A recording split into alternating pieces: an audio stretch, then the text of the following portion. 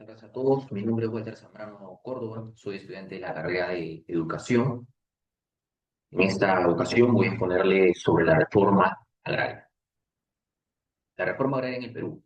El periodo comprendido entre 1930 y 1990 ha sido una época de transformación del Perú, donde el país dejó de ser una república mayoritariamente oligárquica, rural y serrana para convertirse en una nación urbana.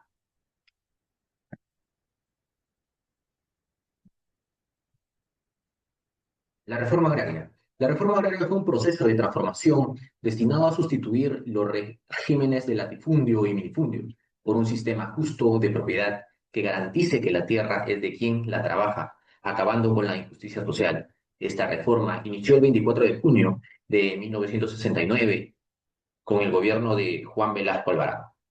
Para algunos fue un acto histórico indispensable, mientras que para otros fue un desastre que sepultó la economía. Frente a este contexto, surge la siguiente pregunta. ¿Fue o no beneficiosa la reforma agraria desde el punto de vista político, económico y social? Para responder a esta pregunta, es indispensable analizar los cambios y permanencias de los tres ejes políticos, económicos y sociales. Comenzamos. El eje político. Con el colapso del Osenio de Leguía en 1930, se abrieron las puertas a un ciclo de inestabilidad. Los cambios. En 1955 se otorgó el voto a las mujeres y la Constitución de 1979 dio el derecho del voto a los analfabetos, incorporando finalmente millones de campesinos a la vida política. El golpe de Estado de Juan Velasco Alvarado destruyó el poder político de la élite que había gobernado el país desde la República aristocrática. Se vivió una crisis de violencia entre 1980 y 1990, desatada por Sendero Luminoso y el MRTA. Las permanencias. La política peruana siguió dependiendo de liderazgos mesiásicos y caudillistas. Las decisiones más críticas del país se siguieron tomando exclusivamente desde Lima y postergando la descentralización del poder. El segundo eje económico. Los cambios. La reforma agraria del 69 liquidó el modelo de grandes latifundios agroexportadores, transfiriendo las tierras a cooperativas y comunidades campesinas. Entre 1968 y 1980 se nacionalizaron los recursos naturales, los servicios públicos, creándose empresas como Petroperú. Sin embargo, la ineficiencia fiscal sumada a las políticas monetarias del primer gobierno de Alan García ocasionó la peor hiperinflación en la historia del Perú. Las permanencias, la economía del Perú continuó siendo una economía vulnerable a los precios internacionales de las materias primas básicas. Tercero, el eje social. Los cambios. Con la gran migración se modificó la demografía del país. Lima pasó de tener 500.000 habitantes en 1940 a superar los 6 millones en 1993. Nacieron las barriadas, hoy conocidas como San Juan de Urigancho y El Salvador.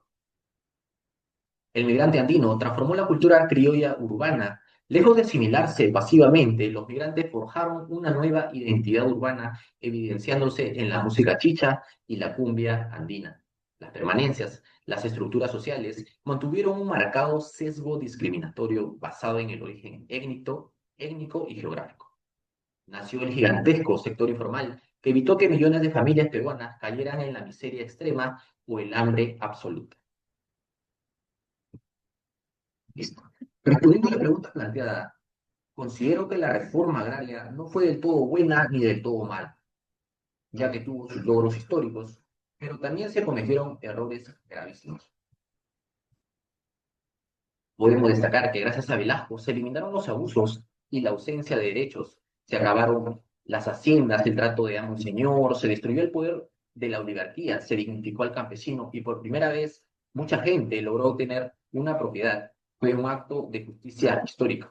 En los puntos positivos, encontramos que las cooperativas fueron un desastre, mal administradas, corruptas, colapsó la producción, pasando de ser un país exportador a importador, se agotó la economía del país y se disparó la deuda y la inflación. Cambió la tenencia de las tierras, pero la educación, la salud y las carreteras del campo seguían iguales.